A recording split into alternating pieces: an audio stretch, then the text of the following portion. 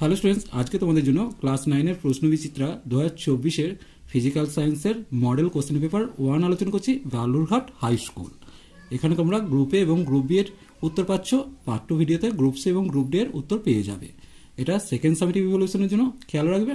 প্রথমে গ্রুপ এ একে দাগ সঠিক উত্তরটি নির্বাচন করে লেখো, অর্থাৎ 4টে করে এমসিকিউ দেওয়া আছে, যেটা সঠিক সেটা লিখতে হবে।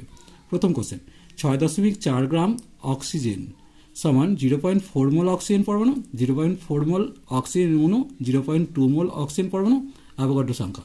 দেখো আমরা জানি 64 গ্রাম অক্সিজেনে কি হয়, 2 মোল অক্সিজেন পরমাণু থাকে, এটা পরমাণু লিখলাম। এরপর 6.4 তাহলে কত হবে, 2/10, অর্থাৎ সেক্ষেত্রে 0.2 মোল অক্সিজেন পরমাণু থাকবে। তাহলে সঠিক উত্তর কোনটা হবে, সেই উত্তরটা সঠিক। এরপর দেখো নিম্নলিখিত দ্রবণের মধ্যে কোনটি দ্রাবকণা পার্চমেন্ট কাগজের মধ্যে দিয়ে অতিক্রম করে। দেখো পার্চমেন্ট কাগজের মধ্যে দিয়ে অতিক্রম করে প্রকৃত দ্রবণ। এক্ষেত্রে প্রকৃত দ্রবণ হচ্ছে সিয়েরটা, অর্থাৎ চিনির জলীয় দ্রবণ। এরপর 3 কোশ্চেন, বার্নৌলির নীতি কোন ভৌত রাশির সংরক্ষণের ভিত্তিতে কাজ করে। উত্তর হবে শক্তি, অর্থাৎ এর উত্তরটা সঠিক। 4 কোশ্চেন, 25 ডিগ্রি সি উষ্ণতায় জলীয় দ্রবণে পিএইচ প্লাস পিওএইচ এর মান কত। দেখো পিএইচ হচ্ছে 7 থাকে, পিওএইচ 7 থাকে, অর্থাৎ 7 7 14, অর্থাৎ ডি এর উত্তরটা সঠিক।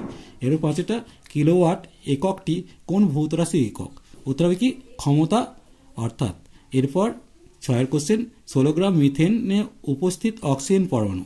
দেখো 16 গ্রামটা হচ্ছে মিথেনের আণবিক গুরুত্ব, অর্থাৎ আণবিক গুরুত্বের মধ্যে কি থাকে, আণবিক ভরের মধ্যে থাকছে অ্যাভোগাড্রো সংখ্যা। তাহলে বি এর উত্তরটা সঠিক হবে। ইয়ং গুণকের এসআই একক কোনটি। উত্তর হবে নিউটন পার মিটার স্কোয়ার, অর্থাৎ এর উত্তরটা সঠিক। এরপর দেখো 8 কোশ্চেন, 8 কোশ্চেন, প্রদত্ত অক্সাইডগুলোর মধ্যে কোনটি আম্লিক অক্সাইড। এক্ষেত্রে দেখো Mn2O7 এটা একটা আম্লিক অক্সাইড।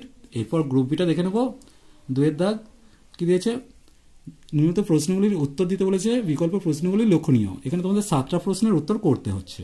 প্রথম কোশ্চেন, বল ও সরণের মধ্যবর্তী কোণের মান কত হলে কার্য শূন্য হয়। সেক্ষেত্রে 90 ডিগ্রি, কারণ আমরা জানি এফ ইকুয়াল টু কি হচ্ছে এস কস থিটা।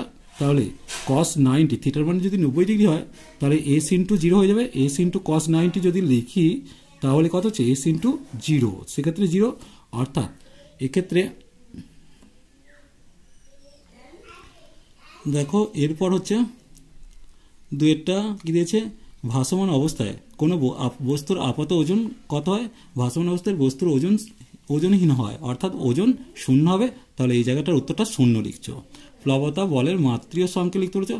প্লবতা বল হচ্ছে বলের মাত্রীয় সংকেত। বল মানে কি, বস্তুর ভর গুণিত ত্বরণ, ত্বরণের মাত্রাটা L⁻², অর্থাৎ এইটাই হচ্ছে প্লবতা বলের মাত্রীয় সংকেত।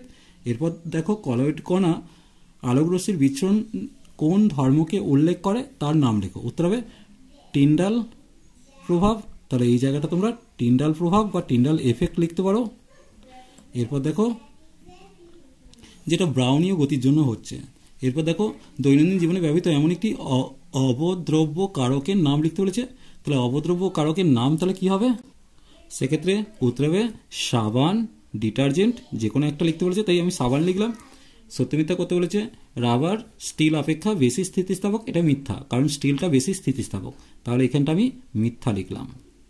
এরপর দেখো শূন্যস্থান পূরণ করতে বলেছে, 1 মিলিমোল সমান কত মোল। 1 মিলিমোল মানে হচ্ছে 1/1000 মোল, অর্থাৎ সেক্ষেত্রে 10⁻³ মোল লিখলাম। দাঁতের এনামেলের মুখ্য উপাদান কি, ক্যালসিয়াম ফসফেট। তাহলে এই জায়গায় তোমরা লিখছো ক্যালসিয়াম ফসফেট, যার সংকেতটা হচ্ছে Ca3PO4(2).